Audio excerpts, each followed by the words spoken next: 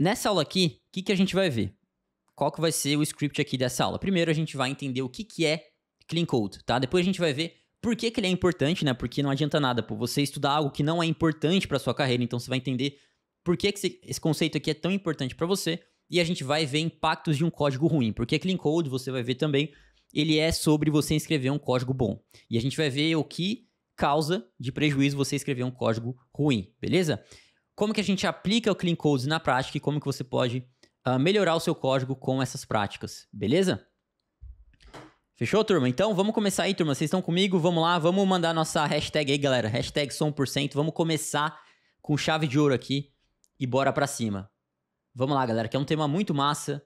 E hoje, cara, você precisa saber isso aqui se você quer crescer como dev, quer escrever um código melhor, quer ser mais respeitado no seu trabalho. Isso aqui é essencial, galera. Pô, hashtag som 1%. Vamos lá. Vamos lá, turminha, bora pra cima. Turma, seguinte, vamos começar então. Deixa eu até pegar meu apontador a laser aqui, eu gosto bastante desse apontador. Vamos lá, galera, o que é Clean Code? Tá? Presta atenção aqui, prepara aí seu caderno de anotação, senta aí na sua cadeira confortável, pega um cafezinho, pega uma pipoca, qualquer coisa aí pra você acompanhar junto comigo aqui, que a aula hoje vai ser densa de conteúdo, mas vai ser muito importante para você. O que é Clean Code? É uma série de técnicas que tem como objetivo tornar o seu código mais legível e de fácil compreensão, tá? Esse é o principal objetivo do Clean Code, beleza? O seu código ele ser mais legível e ele ser de fácil compreensão, ok? Qual que é a sua importância, tá? Por que você precisa ter um código legível e de fácil compreensão? Porque um código desse tipo, ele é crucial para um software escalar de forma saudável. E você vai ver que isso aqui de fato é verdade. Se você não tem um código de fácil compreensão, se você não tem um código legível, ou seja, um código que aplica as técnicas, os princípios do Clean Code, vai ser muito difícil você escalar um software, beleza? Agora vamos entender, turma, antes da gente começar a entrar no Clean Code, qual o problema que ele resolve, né? Muito importante, eu sempre ressalto isso muito aqui nas aulas. Antes da gente aprender a solução, a gente tem que ver o que essa solução veio resolver, porque fica muito fácil, muito mais fácil para você entender de fato o porquê dessa solução, beleza? Então, vamos lá, qual que é o primeiro impacto aqui de um código ruim, turma? Primeiro, é a difícil colaboração, tá? Porque como ninguém consegue entender o código de ninguém, fica difícil trabalhar em equipe, né? Então, poxa, ninguém consegue entender o código da outra pessoa, então você não consegue trabalhar no código daquela outra pessoa. E o que isso aqui resulta, turma? Resulta numa situação onde uma pessoa apenas sabe mexer em certa parte do código. Comenta aí no chat se você já passou por isso. Na sua empresa, em algum projeto, tinha uma parte do código que só uma pessoa podia mexer. Isso é horrível, galera. Por quê? Por vários motivos. Vamos lá. O primeiro, essa pessoa, ela nunca vai conseguir tirar férias. Ela sempre vai ser extremamente demandada para corrigir problemas naquele código, porque só ela sabe mexer. Isso aqui já foi uma técnica, galera. Eu já vi programadores fazendo isso, inclusive, tá? Programadores, eles escreviam código ruim de propósito, que só eles conseguiam entender para eles manterem os empregos deles. Porque, poxa, ninguém ia demitir o cara se só ele sabe mexer naquele código. Isso acontece, galera. Isso acontece, tá? Então, isso aqui é horrível também a nível de gestão.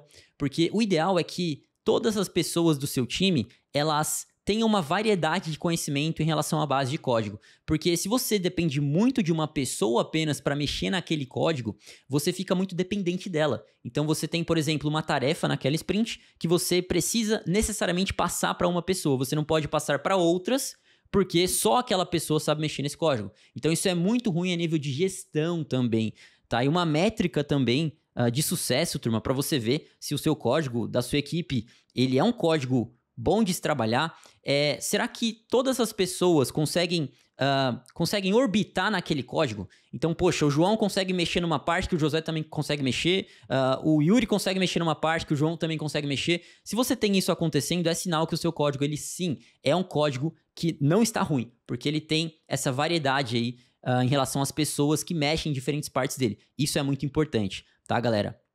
E o onboarding de novos profissionais, ele é muito difícil. Porque, poxa, o código é tão confuso que nem você sabe por onde começar a apresentar aquele código. Então entrou uma pessoa nova e, cara, ele é tão confuso o código que você não sabe nem por onde começar a explicar o código para a pessoa. Você não sabe, você faz as coisas no automático, você faz o que pedem para você apenas, e tem muita parte do código que você nem ousa mexer, porque é o que eu falei, às vezes é outra pessoa apenas que pode mexer naquele código. Então isso aqui, galera, torna o desenvolvimento muito ruim. Isso aqui é só a ponta do iceberg, tá? Para você entender como que é importante você ficar até o final dessa aula aqui. tá? Para você entender como que você consegue fugir dessas situações aqui e até ajudar a empresa que você está atualmente, porque isso aqui é muito comum, infelizmente, de acontecer, tá? Bom, outro impacto, cara, que é horrível também, é que você acaba alterando uma coisa e quebrando outra. Quem já passou por isso também, galera? Você altera um código, quebra outro código que você nem sabia que aquilo ia quebrar, né? E claro que para isso você escreve testes também. Mas como o código ele é confuso, essa situação ela é muito mais frequente. Por quê? Porque você nem sabe como que as diferentes partes do código interagem entre si. Você está mexendo num código, mas como você não entende o código como um todo, seja porque ninguém te explicou, ou seja porque você nunca ousou colocar a mão naquele monstrinho que só o João, por exemplo, pode mexer, sem nada pessoal, tá, João? É um exemplo retórico aqui. Mas isso aqui, turma, é muito difícil, cara. É muito difícil mesmo, tá? E é claro, galera, que isso aqui você só resolve, na verdade, com testes, tá? E a aula da semana que vem, a gente vai aplicar testes e refatoração na prática. Beleza? Então, essa aula aqui a gente vai aprender conceitos que você usa para manter o seu código limpo. E na aula da semana que vem, aqui no Full Stack Club, a gente vai aplicar esses conceitos e mais conceitos ainda com TDD para você refatorar um código aplicando código limpo. Beleza? Então, isso aqui é muito ruim, cara, porque você altera uma coisa e quebra outra, e isso aqui acarreta em vários problemas, né? E na grande maioria das vezes, como eu mencionei, não há uma cobertura de testes minimamente aceitável. Ou seja, você não tem testes no seu código. E, galera, deixa eu contar uma coisa pra vocês. Você fazer o código funcionar imediatamente é fácil. Então, você tá desenvolvendo ali a feature, você deixar a feature funcionando, óbvio, é o mínimo aceitável, porque você tá criando a parada agora, mas o difícil é você mantê-la funcionando durante a implementação de novas features. Por isso que testes são importantes, ainda mais quando a sua aplicação ela começa a crescer. Você começa a adicionar ainda mais comportamentos. Porque outro insight também muito massa, que eu aprendi com o tempo e, enfim, estudando também, que comportamento, ele depende de estrutura. O que é estrutura? É o seu código, é a sua base de código, são os testes que você faz. E comportamento são as features. São os comportamentos que vão agregar valor para o cliente. Mas não tem como você adicionar muito comportamento se você não tem uma estrutura que vá suportar aquilo. Então, uma estrutura que suporte vários comportamentos, e os comportamentos eles crescem conforme o software cresce, ela é uma estrutura que obrigatoriamente tem princípios de clean code aplicadas nela, uma estrutura que tem testes também. Isso é muito importante, beleza? E outro impacto também, cara, que provavelmente você deve já ter passado por isso, você atua na área já, é que você muitas vezes tem mais defeitos para corrigir do que funcionalidades para implementar. Então, o seu trabalho ele é 80% do tempo corrigindo problemas que surgem no código que já existe, do que você implementando novas funcionalidades. Então, os novos bugs, eles surgem constantemente. Então, desenvolver uma feature nova sem interrupções é quase impossível. Quem já passou por isso, de você estar criando uma feature nova, aí você tem que parar aquele desenvolvimento para corrigir um bug que surgiu no meio da sprint. E aí, entra também naquele ponto. O bug surgiu em um código que só você sabe mexer. Ou seja, você vai ter que parar ali do que você está fazendo, resolver o bug. Você não vai conseguir terminar o que você está fazendo ali. E mesmo que você consiga terminar, você vai perder um tempo muito grande. A sua produtividade é minada, cara. Porque se tem uma coisa que é ruim para um programador, é você estar focado num problema ali, você está desenvolvendo uma feature nova, você está focado ali com a mente naquilo, você tem que parar, sair totalmente daquilo ali, daquele escopo, ir para outro lugar, resolver o problema, passar estresse, passar perrengue e voltar para aquilo. Isso aqui é muito ruim. Isso é muito ruim mesmo, turma, tá? Isso acaba também com a moral da equipe, com a satisfação dos desenvolvedores. Esse aqui é um ponto, galera, muito, muito delicado, tá? Por quê?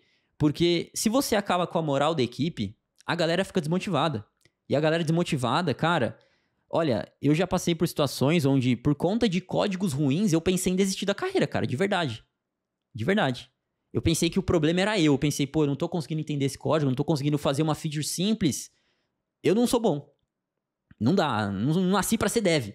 Mas o problema, muitas vezes, cara, não é você. O problema são decisões que foram tomadas no passado que tornaram aquele código o monstro que ele é hoje e, consequentemente, fica quase impossível de você ter uma boa experiência de desenvolvimento, tá? Então, se você tá trabalhando num código legado hoje, um código muito ruim, que é muito difícil de entender, que várias dessas coisas que acontecem cara, não coloque esse fardo sobre você.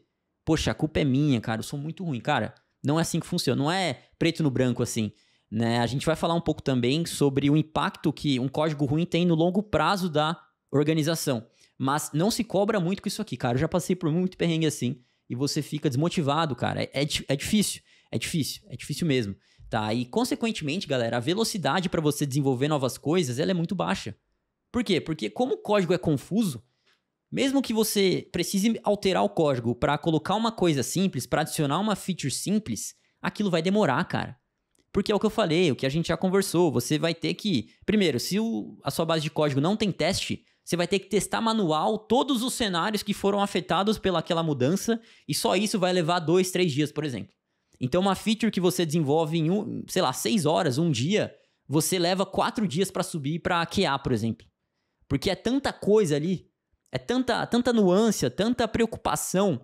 Por quê? O código é ruim e não tem teste. E a gente vai falar mais de teste, galera, na aula da semana que vem, tá? A gente vai falar bastante de testes também, porque, óbvio, um código bom, ele é essencial, mas testes também, eles andam juntos ali. Você criar um código bom, aplicando princípios do Clean Code, mas também criar testes, beleza? Ó, a galera falando evento canônico na vida do dev. É verdade, cara, infelizmente, é verdade. Mas eu vou te mostrar como você pode melhorar essas situações aqui, tá? E a experiência também, galera, de desenvolvimento, ela é péssima, né? Então, é o que a gente tá conversando aqui. Os devs ficam desmotivados, ficam descontentes. E isso acarreta no quê, galera? Alta rotatividade.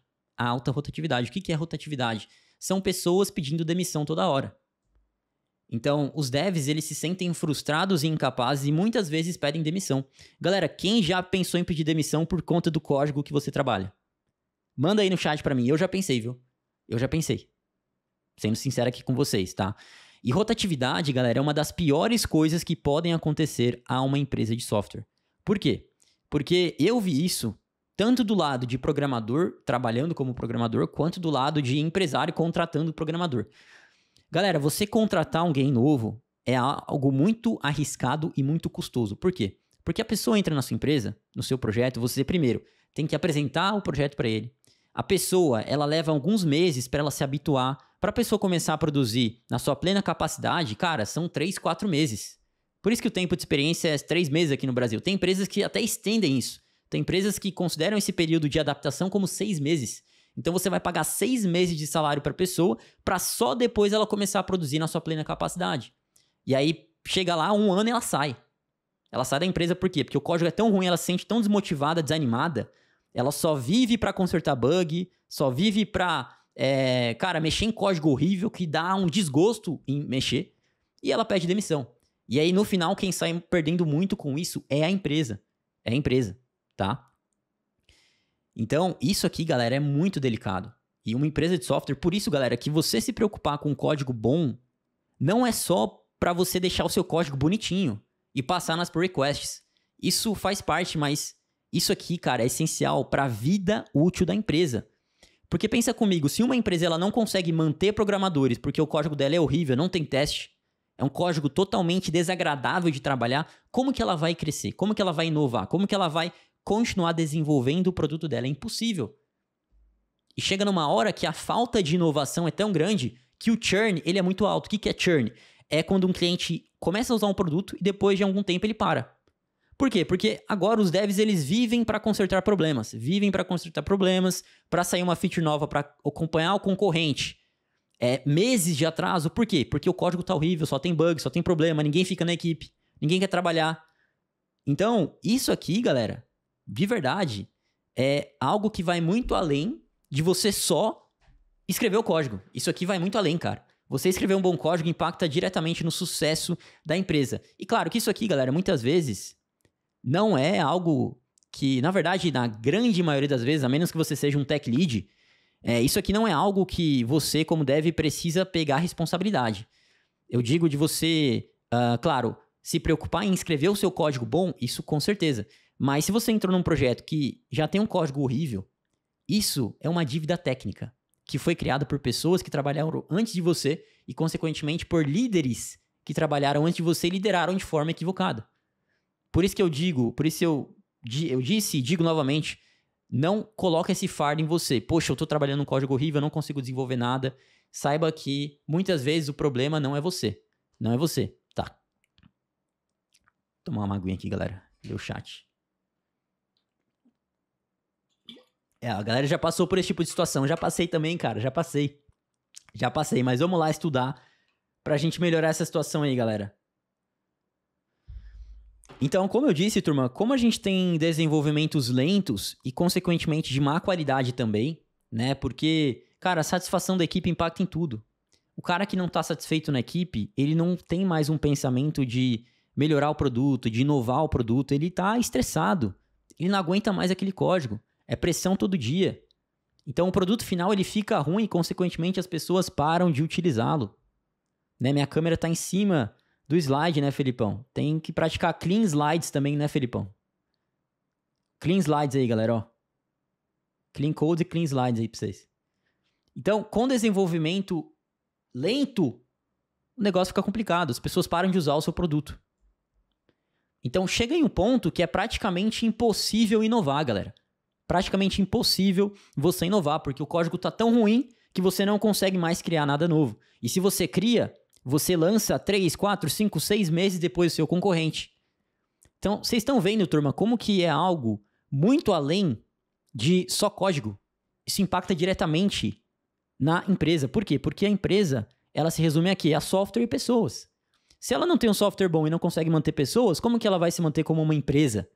Entendeu? Isso é muito importante, ainda mais se você quer empreender, se você quer criar uma startup, uma empresa de tecnologia, se você quer criar um negócio, você precisa saber disso aqui.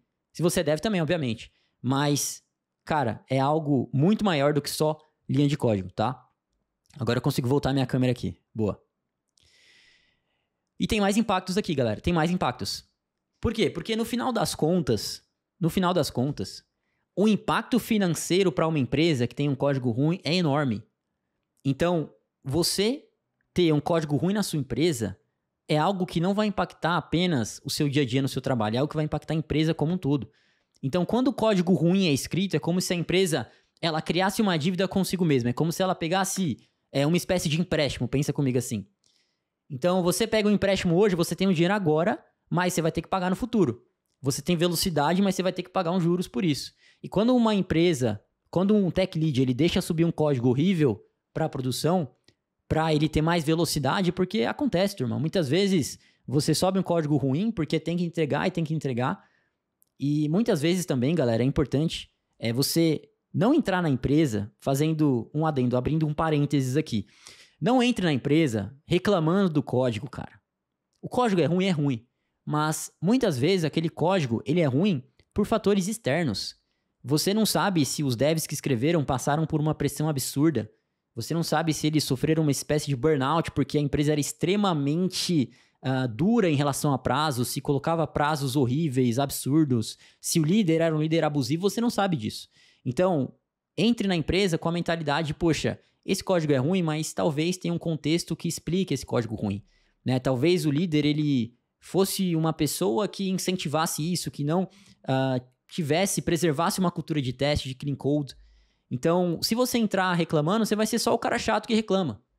Entre com a mentalidade, poxa, tá ruim, mas eu vou fazer o meu máximo pra melhorar. E uma coisa também que eu aprendi, galera, sempre pode ser pior. Sempre pode ser pior. Cara, eu já passei por códigos, assim, que no início eu achei ruim. Aí depois que eu saí daquele projeto, fui pra outro projeto, eu fui pra um projeto pior ainda. Aí eu pensei, caramba, eu tava reclamando e nem era tão ruim assim. Então, sempre hoje que eu passo por uma situação assim, e por isso que a senioridade ela vem de experiência também. Porque isso é também uma atitude de uma pessoa de mais senioridade, você ter essa postura.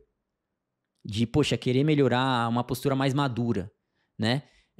Então hoje, sempre que eu tô num código meio ruinzinho, eu lembro que, Felipão, você já passou por coisa pior, cara. Não reclama não, velho. Não reclama. Então, só um parênteses aqui sobre algo muito importante. Mas voltando para a questão da dívida. Vamos supor, a empresa acabou de criar um código horrível, subiu para produção, porque ela queria subir agora. Mesmo que funcione agora, a gente sabe que é uma dívida que a empresa está criando. Por que é uma dívida? Porque no futuro alguém vai ter que ir lá e refatorar aquele código. E a gente vai falar mais de refatoração também na semana que vem. Na aula da semana que vem, tá? A gente vai falar muito sobre refatorar código já existente, beleza? É muito importante que você assista essa aula também aqui no Full Stack Club. tá? Então, quando você cria um código ruim, você está criando uma dívida consigo. E se você, em algum momento, não pagar essa dívida, vai chegar no momento que ela vai, cara, basicamente ficar impagável. Então, você vai criando tanto código ruim, nunca refatora, mantém, vai criando mais dívida. Chega no momento que ou você refaz tudo, ou a empresa vai refazer tudo, ou ela vai conviver com código ruim a custas de o quê, turma? De um ambiente tóxico, de alta rotatividade. Tem empresas de sucesso que cresceram com código ruim. Isso é fato. Mas, se hoje ela é uma empresa de sucesso, em algum momento ela teve que parar, ver aquela dívida que ela tinha criado e pagar. Porque, turma, olha só. Guarda isso pra você, tá? Eu até deveria ter colocado isso no slide pra ficar mais claro. Com certeza, há empresas fracassadas com código bom. Código bom não é sinônimo de resultado financeiro. Ok? Estamos na mesma página aqui. Você pode escrever o melhor código do mundo, mas o produto ser uma bosta, você não vender, a empresa falir. Isso pode acontecer. Mas não tem como uma empresa virar uma empresa de sucesso com código ruim. Não dá. Empresa de sucesso, eu digo, por exemplo, você pega o Mercado Livre, que é uma empresa conhecida no Brasil por ter uma preocupação boa. Eu já vi empresas, turma, que literalmente o PLR dos funcionários eram vinculados a métricas de qualidade de software. Então você tinha um SonarQube, por exemplo, que media a qualidade do código e se aquela qualidade daquele dev fosse boa, por exemplo, no ano passado, se ele tivesse uma média boa, ele ganhava um bônus salarial, um bônus no PLR, né? Então tem empresas que, de fato, têm uma preocupação muito boa com o código. Claro que nunca vai ser perfeito, mas uma empresa de sucesso, ela precisa ter um código bom, cara. Um código minimamente aceitável, porque senão a gente entra nessa situação de dívida muito grande, de débito técnico muito grande, você não consegue mais inovar, você não consegue mais manter pessoas. Inclusive, uma métrica aqui legal para vocês, tá? Você foi chamado para uma empresa, entra no LinkedIn dela, vê o tempo médio de funcionário. Se for 6 meses, 1 ano, suspeita. Suspeita, cara. Suspeita. Tá? Porque essa alta rotatividade pode explicar muita coisa. E muitas vezes essas empresas até pagam mais. Por quê? Porque ela não consegue manter ninguém. Então, se coloca no lugar do cara que está contratando. Ele sabe que ele vai contratar um cara, ele vai pagar 10 mil, por exemplo, 10 mil por mês. O cara vai sair em 6 meses, porque ele vai achar o código ruim, ele vai achar uma oportunidade melhor. Aí a pessoa vai lá e fala, cara, eu vou pagar 15 pau então pro cara. Que aí ele fica. E aí o cara realmente fica. Tem gente que fica. Mas o quê? A custas desse ambiente. Aí vai de você julgar, poxa, será que eu consigo conviver num ambiente assim, ganhando mais?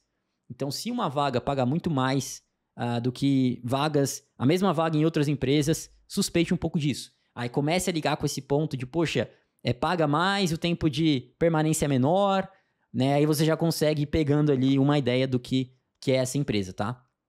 E agora, turminha, vamos entrar um pouco, então, nos princípios do Clean Code. Eu acho que deu pra gente ter uma noção boa dos pontos negativos de você ter um código mal escrito. Acho que deu pra gente ter uma noção legal, né? O que vocês estão achando aí, galera?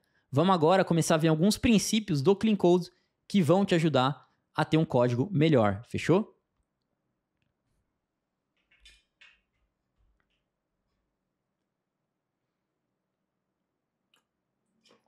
E, normalmente, galera, outro ponto legal também que eu lembrei aqui, tá? E essa aula aqui é mais também pra gente trocando ideia, lembrando das coisas, falando e tal.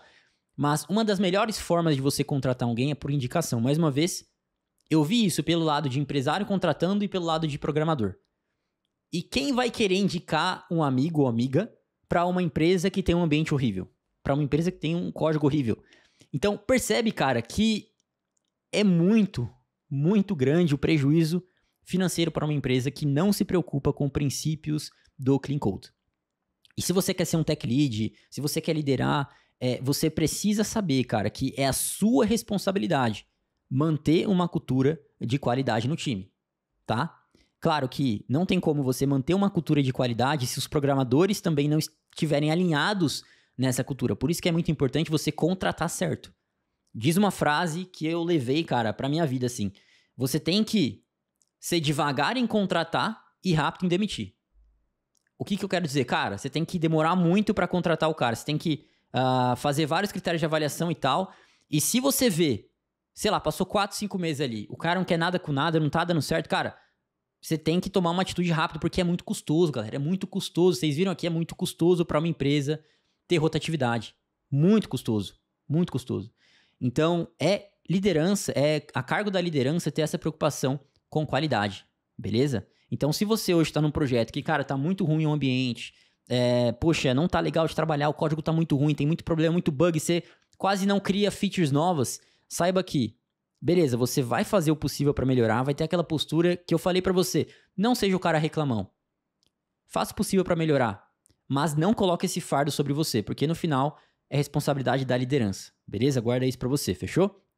Vamos lá então, galera, começar com princípios do Clean Code. Eu quero que essa aqui seja uma aula que você volte aqui para consultar, que você vá anotando também esses princípios, porque são muitos princípios, mas que quando você começar a olhar para o seu código que você trabalha hoje com esses olhos aqui, você vai ver que vários dele ou você já faz, ou você vai começar a ver essas possibilidades de implementar esses pontos aqui no seu código e melhorar ele também, tá?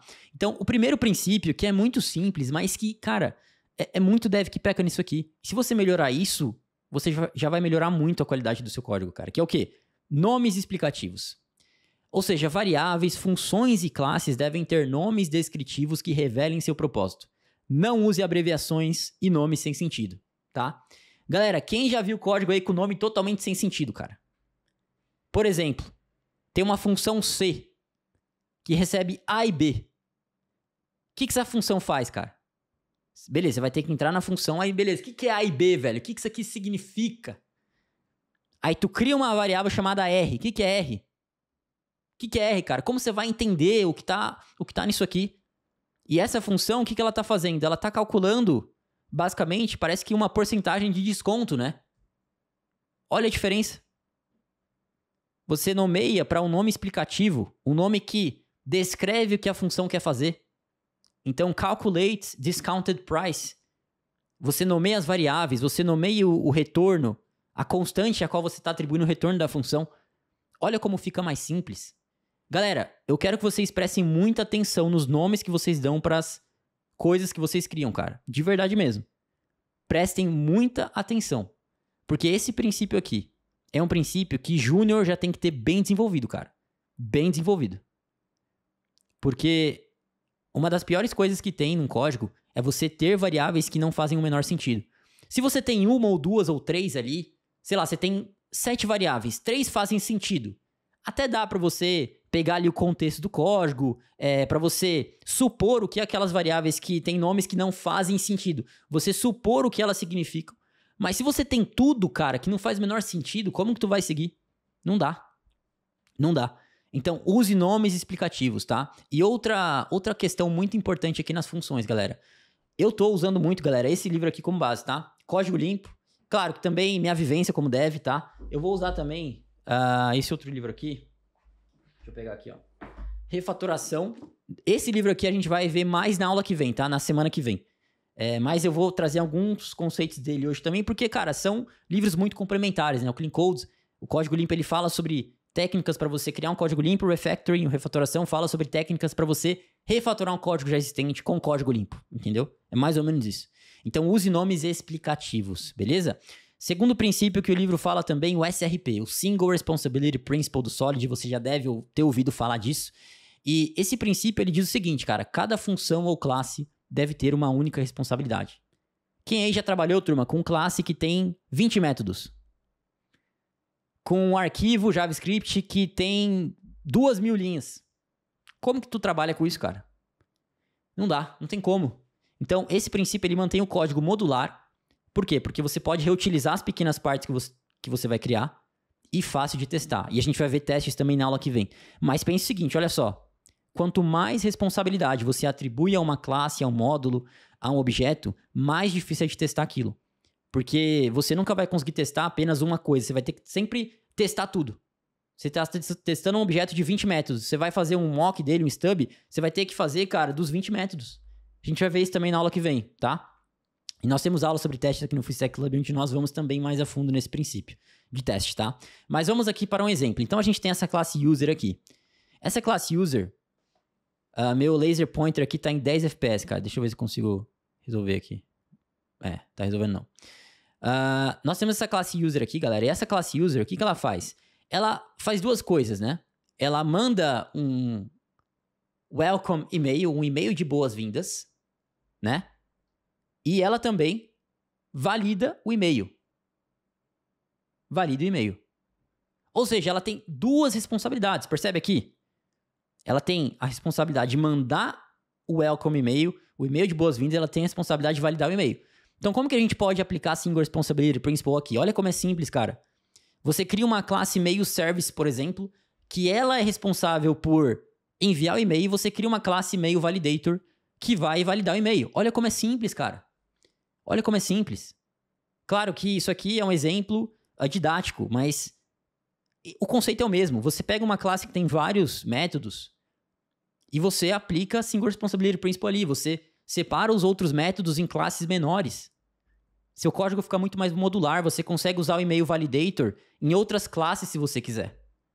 Para você instanciar o user, vai ser mais fácil também. Então, cara, são vários benefícios, tá? Então, esse princípio aqui do Solid, na minha visão, é um dos mais simples. E pensa comigo o seguinte, galera. Olha só, isso aqui é um insight muito legal também.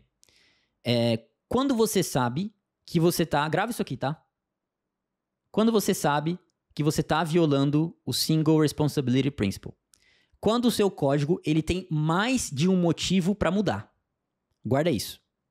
Como assim, Felipão? Mais de um motivo. Esse código aqui da esquerda. Quando que ele vai mudar? Ele vai mudar se eu quiser alterar a lógica de mandar e-mail. Imagina que aqui a gente chamasse um Resend, um Amazon SS, por exemplo.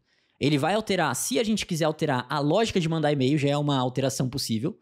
E ele vai alterar se eu quiser mudar a forma que o e-mail é validado. São dois motivos aqui para alteração, percebe? Então, esse é um sinal de que você está violando o SRP. O seu código ele tem mais de um motivo para mudar. Esse código aqui, ele tem mais de um motivo para mudar? Não tem. O e-mail service, ele só vai mudar se você quiser mudar a lógica para mandar o e-mail. E o e-mail validator só vai mudar se você quiser mudar a lógica para validar o e-mail. Então, percebe como que você consegue melhorar o seu código aplicando o Single Responsibility Principle e como ele pode ser mais simples do que o nome sugere. Nome meio complicado. Às vezes as pessoas acham que é muito complicado, mas não é, tá? Galera, deixa eu reiniciar meu PowerPoint para ver se o laser pointer fica bom aqui. Corta essa parte aqui da aula gravada, por favor, edição. O PowerPoint deu ruim aqui, galera. Pera aí. Boa. Boa, agora tá da hora. Vamos lá então, turma.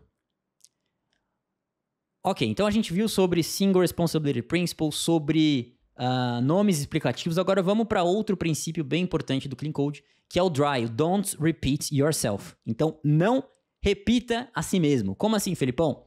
Evite código duplicado. Reutilize código por meio de funções, sempre que possível. Por meio de classes, enfim. Isso aqui reduz o risco de erros e torna atualizações mais fáceis. Então, vamos supor, especialmente no front-end, tá? Isso é muito comum no front-end. Você tem uma cor e você usa essa cor em todos os botões da sua aplicação. E aí você copia e cola a cor do botão em, sei lá, 20 lugares diferentes. E aí você quer mudar a cor do botão. Cara, você vai ter que ir lá em 20 arquivos diferentes, vai ter que mudar cada um. Claro que com VS Code você consegue já mudar tudo de uma vez, mas você entendeu. Imagine as pessoas que não têm VS Code, que não tinham VS Code, que usavam Notepad, sei lá, ou Word. Tem uns devs aí que usam Word, né? Imagina, o cara usa Word para programar. Como que ele vai mudar tudo de uma vez? Não tem como, né? Então, o Don't Repeat Yourself, ele é muito importante e muito fácil também de você aplicar. Então, por exemplo, aqui, ó, eu peguei até um exemplo aqui do React, tá? Então, você tem ali, basicamente, uma dashboard, né? E você renderiza a mesma coisa aqui, olha só. H2PP, H2PP, tá vendo? Então, você tá repetindo a mesma estrutura duas vezes aqui. Então, o que você pode fazer aqui, cara? Você pode criar um componente, olha só. Você cria um componente, repete a estrutura apenas uma vez e renderiza o componente aqui embaixo. Então, no React, cara, especialmente no front-end, esse princípio, ele é muito ignorado, cara. É impressionante. Claro que às vezes você vai precisar copiar e colar código para depois abstrair para um componente normal, mas sempre tenha esse princípio em mente. Cara, eu não vou me repetir. Eu tô criando código duplicado, eu vou dar algum jeito aqui de tornar ele reutilizável para que eu não me repita. Isso aqui também vai junto com você, o que, galera? Respeitar o Single Responsibility Principle do Solid também. Quando você cria um componente, é uma forma de você isolar mais a responsabilidade de cada componente. Então, os princípios, eles andam muito juntos também, beleza? Outro princípio que é o KISS, tem nada a ver com beijo, tá? Ele significa Keep It Simple, Stupid. Sim, é um princípio que te chama de estúpido. Por quê? Porque tem muito dev, cara, que parece que gosta de escrever código complexo. Já trabalhou com os caras assim? Eles gostam de escrever código complexo para mostrar que eles são top, que eles são fera, que eles sabem como usar uma closure no JavaScript, que eles sabem usar uma immediately invoked function, ele usa mesmo sem precisar, porque ele quer saber, ele quer mostrar na pull request que ele é o top. Cara, evita complexidade desnecessária. Mantenha o código simples e direto ao ponto, tá? O seu código, ele tem que ser legível para outras pessoas.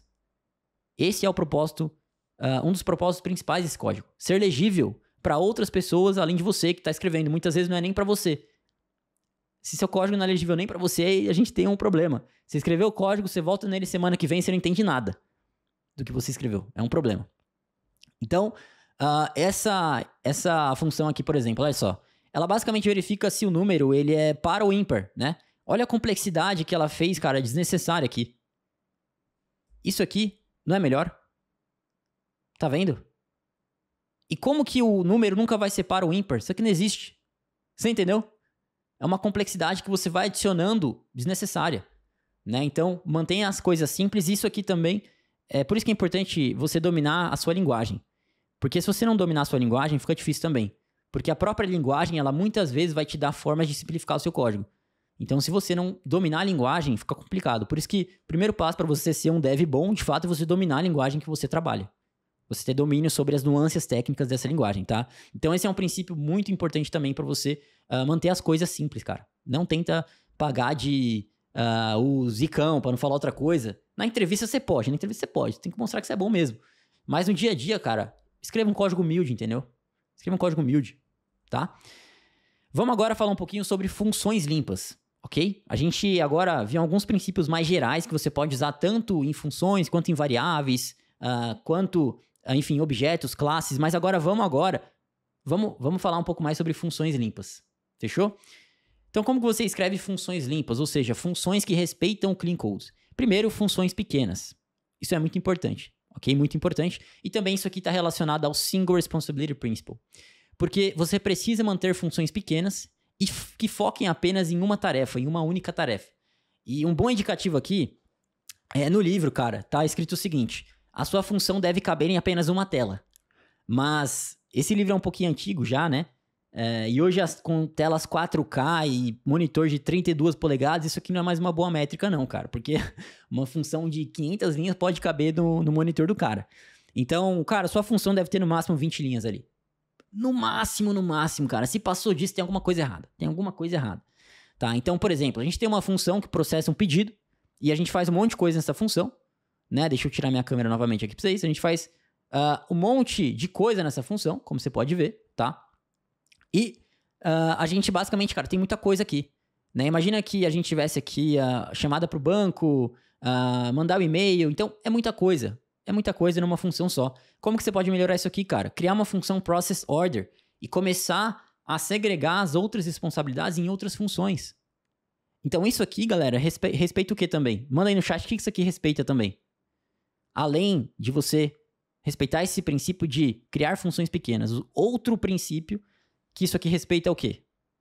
É o S do Solid, Single Responsibility Principle, porque agora cada função tem uma responsabilidade muito específica. Cada função tem o quê, galera? Apenas um motivo para mudar. Entende? Um motivo para mudar. Beleza? Guarda isso, cara. Quando uma função tem um motivo para mudar apenas, ela tá respondendo, tá respeitando, na verdade, o S do Solid, Single Responsibility Principle. Beleza? Boa. Galera, outra coisa também muito importante, a gente já falou um pouco disso. Nomes de funções, ok? Use nomes descritivos que expliquem o que a função faz. Beleza? Isso é muito importante também, tá? Então, os nomes que você usa nas suas funções têm que ser descritivos e eles preferencialmente têm que ser verbos. Como assim, Felipão? Verbos. Vamos lá. Uma função, ela sempre faz alguma coisa, né? Uma função sempre faz alguma coisa. Então, é uma boa prática, não sempre você usar verbos. Tem algumas funções que não faz sentido, né? Tipo, sei lá, is valid. Tudo bem que é um verbo is, né? É válido, mas, enfim, o livro diz para você tentar nomear sua função como ações. Então, por exemplo, calculates order price. Você está calculando, você está fazendo uma ação. Então, você sempre buscar usar verbos para você deixar claro o que aquela função faz para quem está lendo aquela função. Porque o ideal, galera, é o seguinte, a pessoa entender o que a função faz só pelo nome dela. Ela não tem que necessariamente entrar dentro da função para decifrar aquele código para aí sim entender o que ele faz. O ideal é que ela leia a função e já consiga entender o que essa função faz. E isso aqui, esse tipo de coisa, galera, ele economiza muito tempo. E só outro parênteses aqui. É muito importante isso também, anote isso aí em algum lugar, tá? Seguinte, quando você escreve um código bom, você tá salvando produtividade do time inteiro. Porque pensa comigo, você subiu um código hoje. Daqui uma semana, o Yuri vai lá no seu código e ele não consegue entender nada. Ele vai perder no mínimo 30 minutos tentando entender seu código. Sendo que, se você tivesse aplicado os princípios que a gente está vendo aqui, o Yuri entenderia em 2 minutos. Percebe a importância disso aqui? E por isso que é muito importante o seu líder, ele ter essa preocupação, ele ter essa noção. Se ele não tiver, ferrou. Ferrou, porque também é muito frustrante você, como deve, estar fazendo o seu melhor para escrever um código bom e os outros 4 não estão nem aí. E o seu líder não está nem aí também. Aí vai lá, quem ganha a promoção é os outros 4. Isso é complicado, isso é complicado. Mas nomes de funções, cara, é algo simples que faz muita diferença no tempo que a pessoa vai levar para entender seu código. Por exemplo, olha só. Do stuff. O que isso aqui faz, cara? Do stuff. Turma, isso aqui eu já vi em projeto de verdade, eu não tô brincando, cara. Isso aqui não foi um exemplo que eu peguei, tipo assim, só pra falar, nossa, que absurdo. Galera, eu já vi coisa assim, cara. Eu já vi função chamada processar. Você vai processar o quê, brother? Você vai processar o quê? Não sei se ele vai processar uma pessoa, se vai processar e-mails, vai processar pedido, não sei, cara. Eu tenho que entrar, ver o código, aí o código tem variável chamada R, tem variável chamada S. Brother, não tem como, galera. Vocês estão vendo como que nome é uma coisa simples, mas que se você aplicar, você já pode melhorar absurdamente, cara, seu código. E minha câmera tá aqui de novo, né? Não foi um lugar muito inteligente que eu coloquei a câmera. Ok, ó, já vi dev que nomeia a função em português. Pois é, cara. Pois é. Olha, eu não sou contra nomear as coisas em português não, tá? O que eu acho disso, galera? De nomear em português? Eu acho que você tem que manter um padrão. Beleza? Por exemplo, você trabalha para uma empresa que tem muitas regras fiscais. Então, cara, usa vários termos brasileiros, né? Eu acho que não é legal você misturar termo brasileiro com termo inglês. Então, nesses casos, cara, por exemplo, uma empresa judicial que tem um monte de termo em português, empresa de contabilidade, não sei. Eu acho que não é uma prática você nomear em português, porque o que importa é o seu código ser legível, tá? Só não vai nomear em japonês, alguma coisa assim, né? Alemão, sei lá. Mas é importante manter um padrão, né? Então, beleza, vai ser em português, vai ser em inglês. Beleza, vamos seguir esse padrão aqui. Esse que é importante. Mas eu não sou contra nomear as coisas em português, não, tá? Eu prefiro o inglês, obviamente, que torna o seu código universal. E sim, é o padrão hoje, né? Se você ir aí pegar a maioria dos repositórios, é em português. Em inglês, perdão. Mas eu não sou totalmente contra você nomear em português, tá? Só pra deixar claro. Já vi nome de função, vai, teste, complicado. Galera, outra coisa também muito importante, tá? É você evitar side effects nas suas funções. O que são side effects? As funções, elas devem fazer apenas aquilo que o seu nome sugere. E o que é um side effect? Um efeito colateral? É, por exemplo, uma função alterar algo fora dela. Então, um exemplo muito comum, que eu já vi também. Você tem uma variável fora da função e a função altera essa variável. Tipo assim, cara... Exemplo, essa função aqui, galera, exemplifica perfeitamente. Você vai calcular o desconto, e aí você tem uma variável fora aqui, o global discount. Você altera global discount aqui. Você altera aqui, tá? E aí você, basicamente, usa global discount aqui embaixo. Cara, qual o sentido disso aqui, brother? Aí outra função vai lá, aí você tem 5 funções que usam a mesma variável. Turminha, se você é meio novo na programação, se você não trabalha ainda, se você tá aí, sei lá, 1 ano na área, talvez você pense, pô, Felipão, mas isso aí não é possível que as pessoas fazem isso. É possível sim, meu cara. É possível sim. É possível sim, cara. De verdade. Olha, eu torço para que você nunca passe por isso na sua carreira. Na verdade não, eu retiro o que eu falei. Eu acho que tem um ponto positivo de você passar por códigos horríveis, tá? Você cresce muito, você aprende muito o que não fazer, você cria uma maturidade também, enfim, você começa você muda o seu parâmetro sobre o que é um código ruim. Esse é um ponto importante. Mas, cara, recebe como parâmetro a parada. Recebe como parâmetro. Pega o discount aqui, ó, recebe como parâmetro, cara. Ó, discount aqui, ó. Pra que tu vai criar uma variável aqui fora pra usar aqui dentro? Não faz sentido. Recebe aqui, usa o discount aqui, perfeito. Perfeito, tá? Turma, isso aqui acontece, cara. Variável global, cara, isso é um maior anti-pattern. É um dos maiores anti-patterns que existe. Você criar uma variável global que um monte de função altera, velho. Pra que o cara vai fazer isso? Tá? Então, evite isso aqui. Então, se a sua função ela foi criada para fazer uma coisa só, como o clean code ele orienta, faça apenas essa coisa. Faça apenas essa coisa, tá? Se você ir mais a fundo na programação funcional, galera, você chega até num ponto onde eles dizem que a função, ela nunca pode, cara, alterar nada fora dela. Tipo assim, nem chamar banco de dados, assim, uma parada assim. Porque é um side effect também, uma função chamar banco, inevitavelmente. Né? Então você pode ir ainda mais a fundo nisso, as suas funções serem totalmente puras. Claro que você chegar em um nível de 100% de funções puras é praticamente impossível. O que é uma função pura? É uma função que, sempre que você chamar ela com os mesmos parâmetros, o resultado vai ser o mesmo. Então, por exemplo, essa função apply discount, ela é pura. Por quê? Sempre que você passar os mesmos parâmetros aqui, então, por exemplo, você passa a mesma order, mesmo discount, o resultado sempre vai ser o mesmo.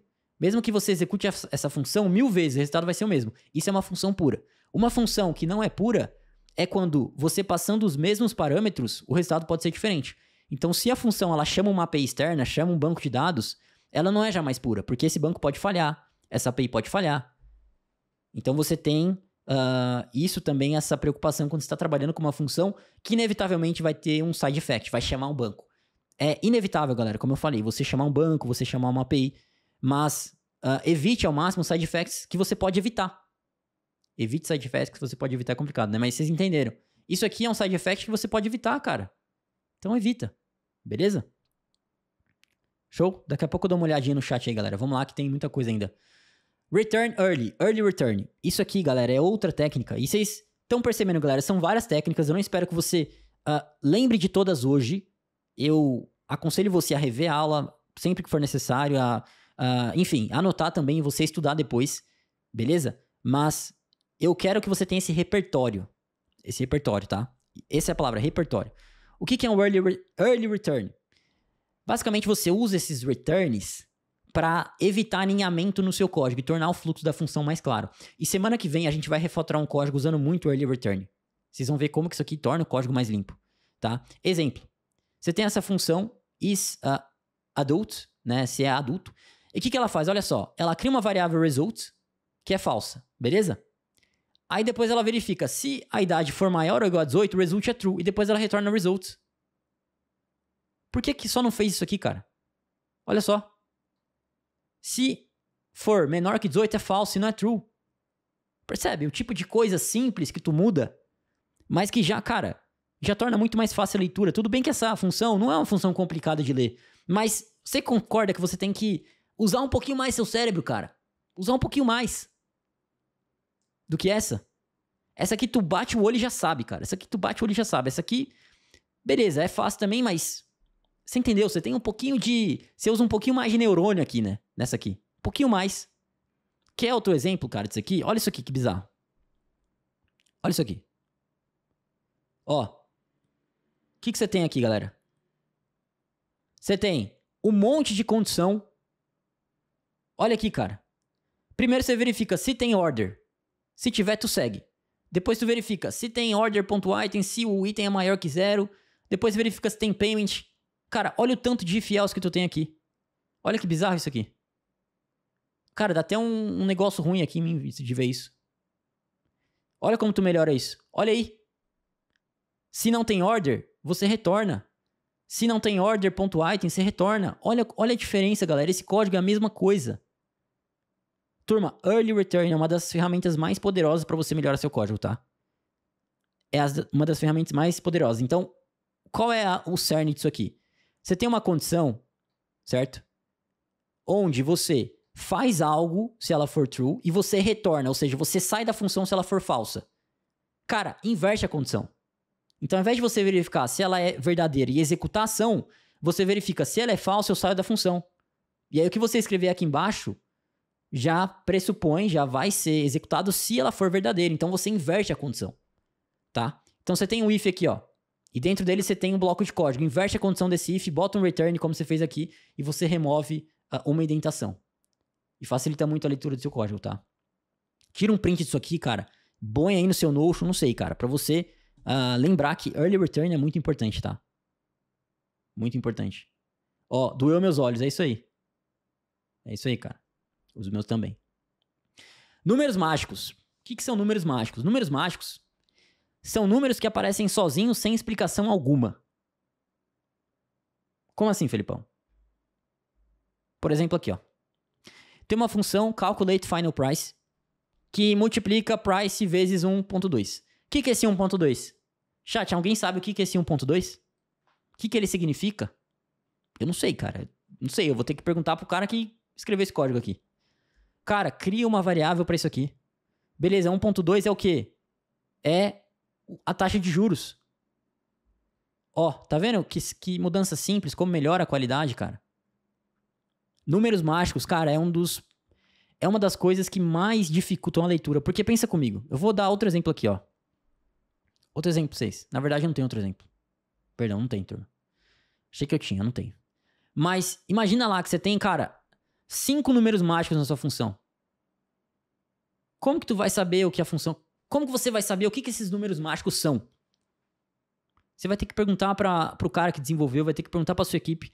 Aí o cara que desenvolveu é aquele sênior lá que demora 3 horas pra te responder porque ele fala que é muito PR pra revisar. Aí todos os PR ele coloca LGTM à prova e não te responde. Aí você vai ficar 6 horas lá parado porque o cara não te respondeu, você não sabe o que é aquele número, né? E aí é uma novela. Então cria a variávelzinha, cara. Cria a variávelzinha, tá? Cria a variável. Turma, vamos lá então agora falar sobre formatação de código e comentários, tá? Agora vamos entrar num tema polêmico aqui. O livro Clean Code, ele fala muito sobre formatação e comentários, principalmente, tá? Então a gente viu vários padrões e várias técnicas para você usar no seu dia a dia, para você melhorar seu código. Agora vamos falar de formatação de código e comentário. Cara, por favor, usa indentações e espaçamentos consistentes. O que é isso, Felipão? Usa um printer no seu projeto, cara. Formata a parada. Eu já trabalhei em um projeto que cada dev tinha uma forma de formatar. Um dev colocava 2 tabs de espaçamento, de indentação, outro colocava 4, outro colocava 1, outro não colocava nada. Então, padroniza esse tipo de coisa, cara. Pensa comigo, você é programador, você já vai ter um monte de coisa pra você pensar no seu dia a dia. Um monte de coisa, um monte de preocupação. Quanto menos preocupação você puder ter no código, melhor, cara. Então, esse tipo de coisa, na verdade, quanto menos energia você gastar lendo o código, melhor. Por quê? Porque, cara, é algo que as pessoas podem tomar atitudes pra melhorar. Então, que elas tomem, para que você gaste menos energia lendo código, para que você consiga ser mais produtivo. E é o que eu falei, o código bom que você escreve impacta outras pessoas também na sua equipe. Tá? Galera, olha esse código aqui. Não tem formatação nenhuma, parece até aqueles códigos gerados pelo Webpack, né? Enfim, pelo rollup, alguma coisa assim, que minifica o código. Parece até isso. Cara, você consegue entender esse código? Não dá, cara. Até dá, mas, pô, qual é mais fácil de entender? Qual é mais fácil de entender, galera? Tudo bem que aqui tem vários antipadrões também, cara. Olha esses comentários aqui. Nada a ver esses comentários. Poderia melhorar muito esse código sim. A gente vai ver como melhorar esse código aqui também. Tá? Mas qual que é mais fácil aqui de ler? Né? Então, formate seu código. Crie padrões no seu projeto. Para isso, usa o Prettier, cara. Coisa simples. Tá? Comentários. Vamos lá para um tema polêmico. Galera, vocês gostam de comentários? Manda aí no chat. Se você gosta de comentário, digita 1, se você não gosta, digita 2. Vamos lá. Eu sou do time sem comentários. Vou explicar por quê. Eu não gosto de comentário. Não gosto. Eu digitaria 2 aí no chat agora. Evite comentários redundantes e desnecessários. E vou te falar uma coisa. 90% dos comentários que você escreve provavelmente são desnecessários. Você, eu digo, o programador no geral, né? Não tô te acusando aqui, não sei. Por quê, cara? Você pode trocar comentários por variáveis explicativas. O que é uma variável explicativa? Cara, já vou mostrar, mas antes. Os comentários são úteis em poucas situações, como, por exemplo, na documentação de regex. Então, você cria uma regex e você coloca um comentário que explica aquela regex. Beleza. Ok. Você coloca lá um link de documentação. Pode ser também interessante. Tipo assim, você usa uma lib, aí você coloca o link lá do método daquela lib. Não sou muito fã também, não. O cara pode simplesmente pesquisar, mas enfim. Ou, por exemplo, eu já vi a galera colocando issue de GitHub no comentário. Então, tipo assim, isso aqui tem que deixar assim, porque esse issue aqui diz aqui, papapá. Cara, isso eu achei interessante até. Mas são casos muito pontuais, percebe? São muito pontuais. Então, esse código aqui, por exemplo, olha só. A gente tem esse if aqui, ó. Se a hora for maior que 22 e menor que 6, significa o quê? Que é overnight, ou seja, aqui já passou ali do tempo de... que a corrida já é... Essa função calcula uma corrida, né? Já passou do tempo que é considerado uma corrida overnight. Então, provavelmente eu vou cobrar mais caro aqui, não sei. Vou cobrar mais caro, olha só. Certo? Cara, esse comentário, ele... Beleza, overnight, mas... Por que você não faz só isso aqui, cara? Ó, cria uma variável isOvernight, remove o comentário. Qual que vocês preferem, galera? Tá vendo como é algo simples também? Cara, grande parte dos comentários que você escreve, você pode remover com variáveis explicativas, tá? E aí que vem a importância de você nomear corretamente. Nomear corretamente. E outra coisa também, galera, linha em branco. Você já viu aquele código cheio de enter, linha em branco, linha em branco, linha em branco? O que vocês acham de linha em branco? Se você gosta, manda 1. Se você não gosta, manda 2 aí. É um assunto que eu tô um pouco assim... Tô digerindo ainda. Porque eu sempre tive o costume de usar muita linha em branco. Mas não dá pra você padronizar, cara. Esse é o grande problema. Claro que, por exemplo, há uma convenção. Você colocar linha em branco entre métodos de classe, por exemplo. Beleza. Você colocar linha em branco entre funções em um mesmo arquivo. Mas eu digo, linha em branco dentro de uma mesma função. Por exemplo, nessa calculate ride, você tem um monte de linha em branco. Você gosta disso ou não? Cara, dentro da mesma função, eu não curto. Eu prefiro deixar tudo ali. Se o cara quiser aumentar a distância das linhas, ele aumenta o line height do VS Code. Quer ver? Ó, vou mostrar aqui pra vocês, ó. Abrir aqui um projeto aqui, ó, FSW Barber, por exemplo. Tá? Por exemplo aqui, galera, olha só. Eu tenho aqui um arquivo, certo? Tem umas linhas em branco aqui, beleza. Eu vou tirar tudo. Sem linha em branco. Poxa, as linhas estão muito juntas. Estão muito juntas, cara. O que eu faço aqui? Vai lá no seu VS Code, line height. Aumenta, olha só, 2.5. Acabou. Tá resolvido. Olha lá. Espaçamento, beleza. Você entende? Linha em branco é uma coisa muito difícil de você padronizar. A galera gosta. Mas eu deixo vocês com essa reflexão aí, galera. É uma coisa muito difícil, né, de você padronizar, cara. Não dá pra você definir um padrão pra linha em branco. Sacou? Esse é um problema. O João falou, que milagre não tá com Drácula. Cara, eu cansei do Drácula, cara. Eu não aguento mais a Drácula. Já usei por 4 anos. Cara, e o que eu pensei? Eu tô fazendo propaganda de graça pro tema do cara. De verdade mesmo. O cara ganha dinheiro com o tema. Eu fico divulgando o tema dele. Né? Pô, cara, aí tá de brincadeira. Eu caio na real, pô. Aí eu tô usando outro aqui, mas esse aqui é bonitão também. Que eu tô usando. Então, turma, comentário, linha em branco, é isso aí. É isso aí, tá? É minha opinião. Eu não gosto muito de linha em branco dentro de funções. Eu gosto de, por exemplo, linha em brancos para você separar métodos de classe, para você separar funções do mesmo arquivo. Beleza? Mas, tirando isso, eu prefiro não usar. Porque é muito difícil de você padronizar, cara. Você tem 10 pessoas no time e cada um escreve de um jeito. É tipo CSS. Um usa linha em branco, outro não usa, e aí fica aquela bagunça, né? Aí como que você vai padronizar a parada? É muito difícil. É muito difícil, né? Beleza? E semana que vem, galera, o que a gente vai fazer? Na aula da semana que vem, a gente não vai fazer nessa porque ficaria muito conteúdo de uma vez. Eu quero que você digira.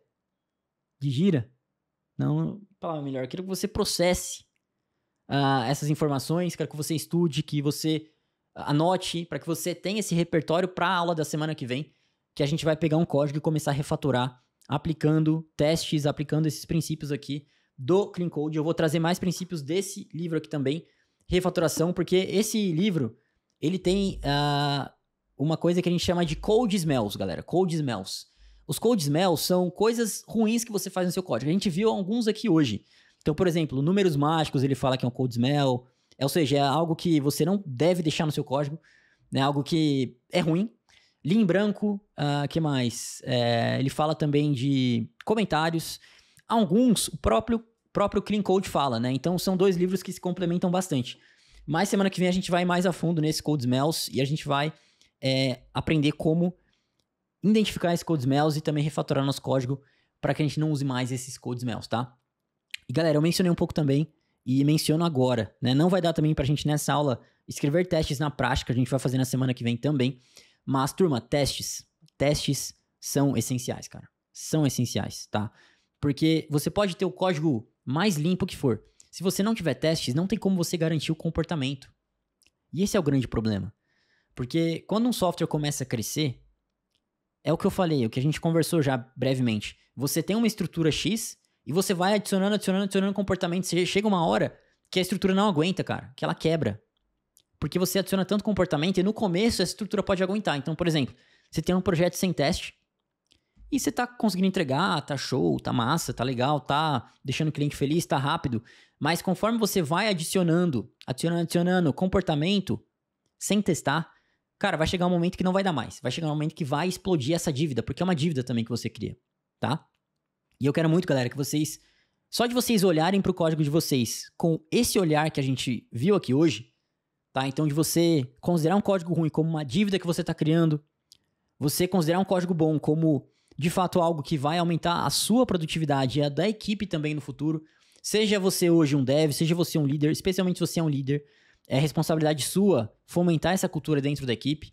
E você, como dev, também motivar os outros devs da sua equipe. Porque é difícil também, cara. Eu já passei por situações onde, poxa, tinha 2 devs que queriam melhorar, tipo, eu e mais 2, mas o sênior da equipe, o cara não queria fazer nada com nada. E o líder também não. Aí não tem como, cara. Não dá. Sabe? Então, ter esse balanceamento e você ter esse repertório também no seu dia a dia, para você aplicar esses conceitos. E outra coisa muito importante também que a gente vai ver na semana que vem, como eu falei, são as refatorações, tá? Refatoração, galera, é algo que você, como dev, precisa ter também na sua cabeça para você fazer constantemente. Beleza? Eu não gosto de falar, por exemplo, ou para os meus devs, ou eu fazer. Olha, hoje eu vou tirar só para refatorar, vou tirar o dia só para refatorar. Porque, turma, no mundo real, é o que a gente conversou também, a equipe, ela serve o cliente, seja esse cliente outra empresa, seja esse cliente o público final, né? Então consumidores finais, a equipe ela serve esse cliente. Então o cliente ele sempre quer comportamento novo, sempre quer feature nova, correto? Concorda comigo? Sempre quer isso. Ele não quer saber de refatoração, ele não quer saber de teste, ele não quer saber de nada, ele quer comportamento, ele quer dinheiro, ele quer vender o software, é isso que ele quer, e tá certo, cara. A empresa ela tem que ter esse propósito, ela quer vender, ela quer fazer dinheiro. Mas você, cara, você precisa entender que refatoração é algo que você, como dev, precisa fazer conforme você entrega comportamento. Esse eu acho que é o caminho mais saudável. Então, você está criando uma feature, tá? E aí você vai mexer num arquivo que tá lá, um arquivo que não tá tão legal, você vai lá e refatora aquele arquivo. E junto com a feature, você entrega a refatoração daquilo. Esse eu acho que é o caminho mais saudável para você refatorar uma aplicação já existente. Especialmente aplicações legado, cara, tá? Eu sei que é difícil, eu sei que, cara, muitas vezes é complicado, né? Especialmente uma aplicação muito antiga, eu sei como é, eu já passei. Tô passando um pouco por isso também na minha empresa hoje. A gente tem um projeto lá, cara, que é muito ruim. A gente refez parte dele, porque não dava mais mesmo. A gente refez parte dele, mas não teve como desacoplar tudo, porque você não pode deixar de entregar comportamento, entendeu? Você sempre tem que entregar algo novo pro cliente. Senão, cara, não vai pra frente. Não vai pra frente, tá? E eu espero também, galera, que vocês, com essa aula, consigam ter essa visão mais macro da importância do seu trabalho como dev, cara. Do seu trabalho como programador. Porque o código que você escreve, cara, tudo bem, é pra pagar suas contas, é pra pagar seus boletos no final de tudo, mas ele tem um poder, cara, direto de fazer a empresa ter sucesso ou não, entendeu? Não é só o código ali que você escreve, usando as técnicas que você aprende no Full Stack Club, pô, você gosta de fazer, pá, faz parte. Mas eu quero que você ganhe essa visão mais macro, cara, porque aí você começa até a enxergar o software de uma forma diferente, entende? Porque, cara, essa visão é muito importante também, especialmente se você quer subir de senioridade, você começar a olhar o seu código como parte de um negócio. E você começar a entender como que o seu código, a qualidade do seu código impacta nesse negócio, tá? Então, galera, vou abrir agora para vocês tirarem dúvidas. Na semana que vem, como eu falei, a gente vai fazer a parte de refatoração, beleza? Fechou? Mas hoje eu queria passar para vocês, galera, esse repertório de técnicas, tá? Beleza? E deixa eu ver como vocês estão aí no chat, turma.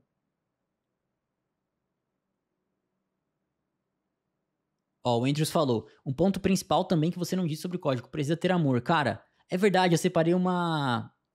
Cara, eu separei uma frase aqui, eu não ia mostrar a frase, ó. Essa frase é do Robert Martin, o Uncle Bob, que escreveu o livro Código Limpo, escreveu a Arquitetura Limpa, enfim. Ele diz o seguinte, ó, código limpo sempre parece ter sido escrito por alguém que se importa.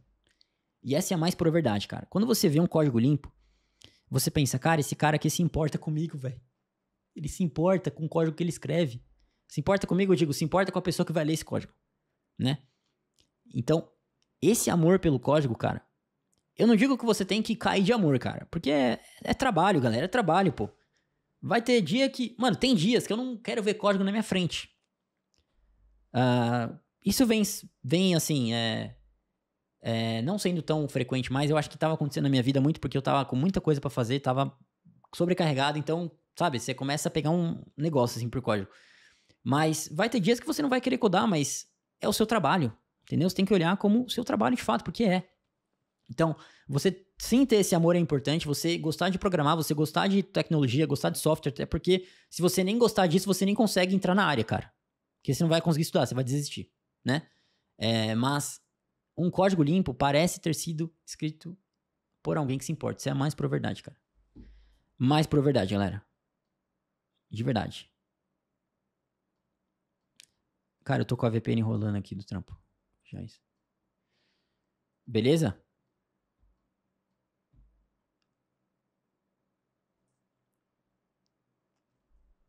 Galera, a live tava lagada pra vocês? Ou tá de boa?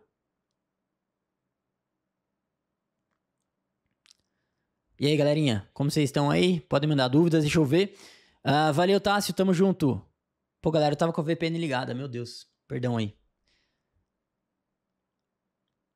E turminha, ó, vários booms cerebrais, boa.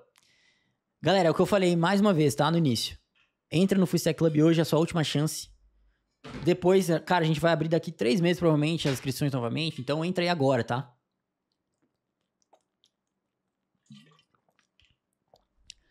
Deixa eu ver aqui. Professor, não entendi o SRP. Vamos lá, irmão. Vamos lá. Vamos pegar o SRP aqui de novo. Vamos entender essa parada aqui. Ô, edição, pode deixar isso aqui na aula, tá? Gravada. Tranquilo. Deixa eu pegar o SRP aqui, olha só. SRP. Irmão, pensa o seguinte. O seu código, ele não pode ter mais de um motivo para mudar. Legal? Se ele tem, você tá violando o SRP. Beleza? Usa essa métrica. Tá? Usa essa métrica. Então, esse código, ele viola o SRP. Por quê? Porque você tem uma classe, isso aqui poderia ser um objeto, enfim. Poderia ser uma função, tá? Mas você tem uma classe que ela tem 2 motivos para ser alterada. Ou seja, ela tem 2 motivos para você ir lá e alterar o código dela. Porque o Single Responsibility Principle, ele se preocupa muito com você alterar código já existente. Porque isso é muitas vezes arriscado, né? Mesmo que você tenha testes, que é o ideal que você tenha, se você não tiver, aí, cara, fica complicado você refatorar também, né? É outro ponto. Se você não tiver testes, fica complicado de você refatorar seu código. Muito complicado, inclusive. Mas, se você quiser alterar, por exemplo, a lógica para mandar e-mail. Então, por exemplo, aqui você usa o resend. que é uma plataforma para mandar e-mail. Você quer alterar para SES da AWS. Você vai ter que vir aqui nessa função, alterar essa função. Alterar essa classe, alterar esse bloco de código, esse módulo aqui, certo? Essa classe user. Então, você tem um motivo para mudar essa classe. Concorda comigo? Que é o quê? Mudar a lógica para mandar e-mail. Aí você também, em algum dia, você quer mudar a lógica usada para validar o e-mail. Ou seja, você vai ter que vir aqui e alterar isso de novo. Então, você tem 2 motivos para alterar essa classe. Percebe? Ou seja, essa classe tem mais de uma responsabilidade. Porque se ela tem 2 motivos para ser alterada, é porque ela tem mais de uma responsabilidade. Então, nesse caso, você está violando o SRP, o Single Responsibility Principle. Como que você melhora isso aqui? Como que você soluciona isso? Você cria uma email service, por exemplo, e a única responsabilidade dela vai ser o quê? Mandar o e-mail. Então, percebe? Qual que é o único motivo pelo qual você vai alterar essa função? Se você quiser alterar a lógica para enviar o e-mail, tá? Felipe, você pode falar, Felipão, e se eu quiser alterar o console.log? Beleza, você vai... Mas é o mesmo scope, faz parte do mesmo comportamento, entendeu? Faz parte do mesmo comportamento, você enviar o e-mail. Você só vai alterar essa classe aqui se você quiser alterar como o envio de e-mail é feito. Se ele coloca console log, se ele não coloca, se ele usa AWS ou não usa, entende? Então você só tem um motivo para esse código ser alterado, consequentemente, um motivo para você mudar ele, e aí você tem apenas uma responsabilidade, tá? E esse e-mail validator, mesma coisa. Você só vai mudar esse cara se você quiser mudar como o e-mail é validado. Então, você saiu de uma classe que você poderia alterar ela em 2 situações diferentes, ou seja, ela tinha duas responsabilidades, para 3 classes, onde uma tem apenas uma responsabilidade. Beleza? Então, isso aqui é o SRP. E também nós temos outro exemplo. Aqui, ó.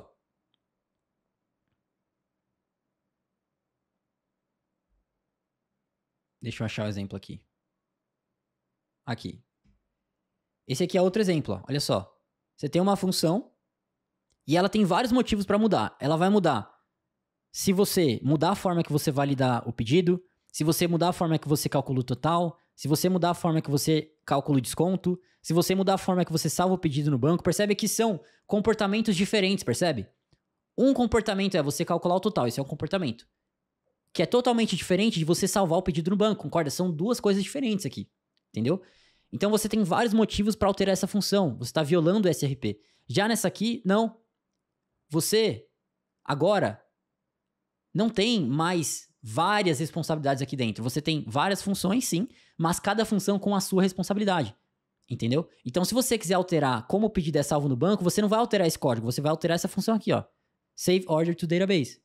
E aí você já respeita o SRP, o S do Solid. Beleza? E o SRP, ele brilha muito também em testes, tá, turma? Quando você vai testar. Fica muito mais fácil. É muito mais fácil você testar uma função que faz uma coisa só do que uma função que faz 10. E a gente vai conseguir ver muito, galera, isso na aula que vem, tá? Na aula que vem a gente vai ver bastante isso. Beleza? Ficou mais claro aí, irmão? Boa, valeu, Murilão. Tamo junto. Turma, eu comprei uma garrafa de 1,5 litro, cara. Agora eu quero ver não beber água, velho. Tamanho da garrafa.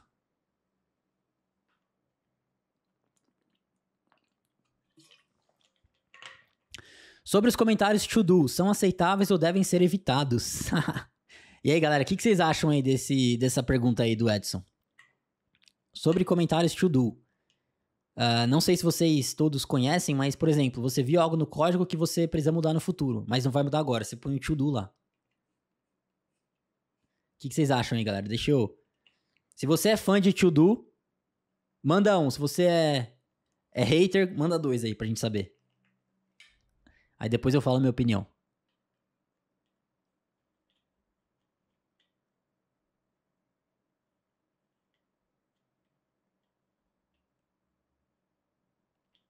Ó, a galera é hater, ó. João falou que curte, tal. Cara, eu curto, mas com muita moderação, tá? Eu sou fã do seguinte, cara, você viu algo que você precisa mudar? Muda já quando você vê. E aí vai do que a gente falou, galera, refatoração constante, tá? Claro que não é fácil, galera, eu sei como é, cara, eu sei como é o dia a dia. Mas você viu algo que pode mudar, já muda ali, cara. Porque esses to-dos, a minha experiência é o seguinte, cara, só acumula. Fica parado, ninguém volta. Ninguém volta, velho. Sabe por que ninguém volta? Porque é praticamente impossível. E eu acho que é impossível com razão, tá? É praticamente impossível o líder falar o seguinte, olha só, galera, hoje a gente vai tirar toda a equipe pra resolver só to-do. Eu nunca vi isso, tá? Nunca vi isso. Por isso que eu não sou tão fã, beleza? É com muita moderação mesmo, assim. E aí vai muito da cultura da equipe. Pô, eu coloquei um to-do, mas eu vou voltar ali. Em algum momento eu volto e é um objetivo de sprint isso, eu voltar no to-do que eu fiz e resolver. O Murilo perguntou aqui em cima sobre livros, né? Ele perguntou se é importante ainda, se eu acho importante ler livros hoje. Cara, eu acho sim, tá? 2 livros que eu acho extremamente importantes você ler. Código Limpo. Esse livro é... Cara, você tem que ler esse livro, tá?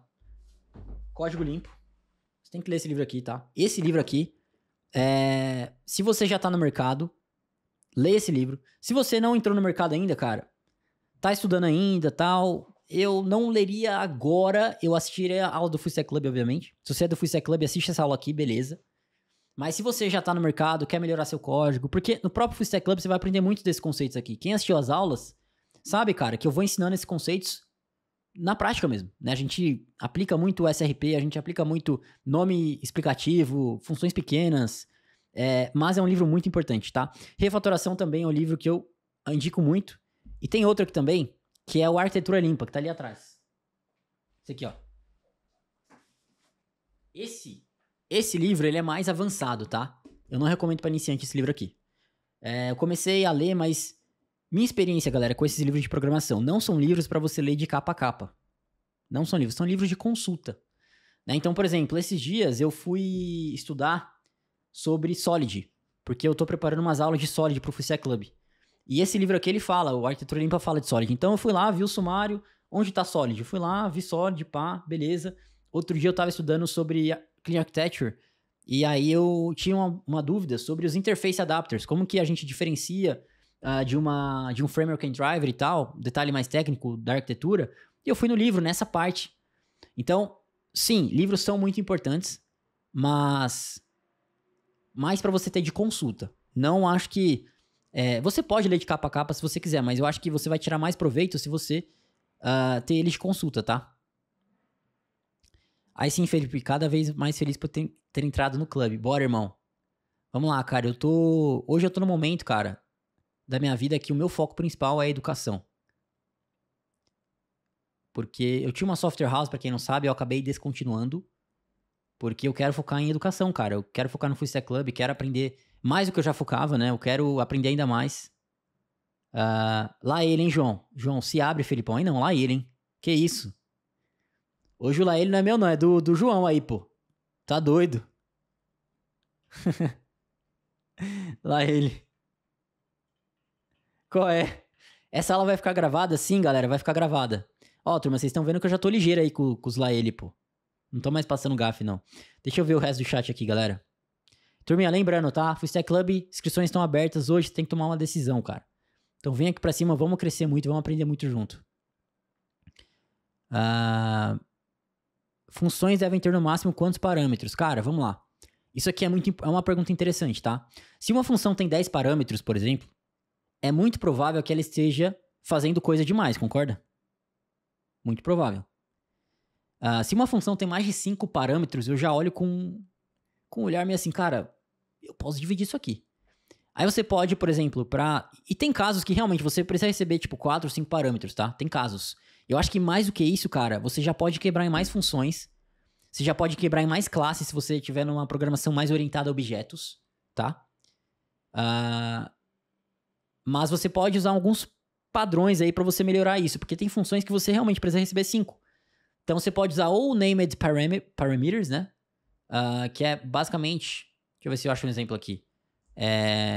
Aqui, ó. Sei lá, vamos supor que a gente aqui recebesse 5 parâmetros aqui. Sei lá, receive. Deixa eu ver se o Copilot aqui, ele... A gente recebesse, sei lá, x, n, y, n, a, n, sei lá. a gente precisar de tudo isso aqui, tá? Para você melhorar isso aqui, cara, você pode fazer o seguinte, ó. Você pode receber um objeto que faz já o destructuring desses parâmetros, certo? E aí, quando você chama essa função, você consegue chamar essa função assim, ó. Então, você tem uma legibilidade melhor na hora de passar os parâmetros e a ordem também não importa.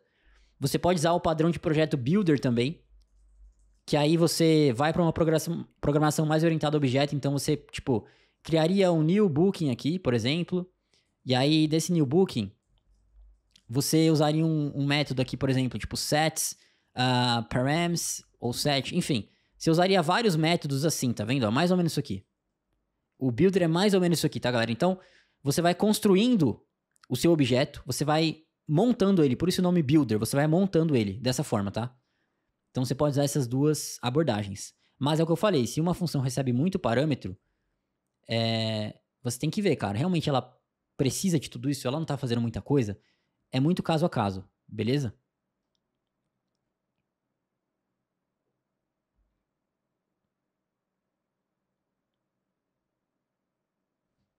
Que papinho, João. Esse tema aí tá zoado, vocês não gostaram do tema, galera? Usava dicionários. Dicionários é basicamente objeto, né? Depende da linguagem, é chamado de forma diferente, né?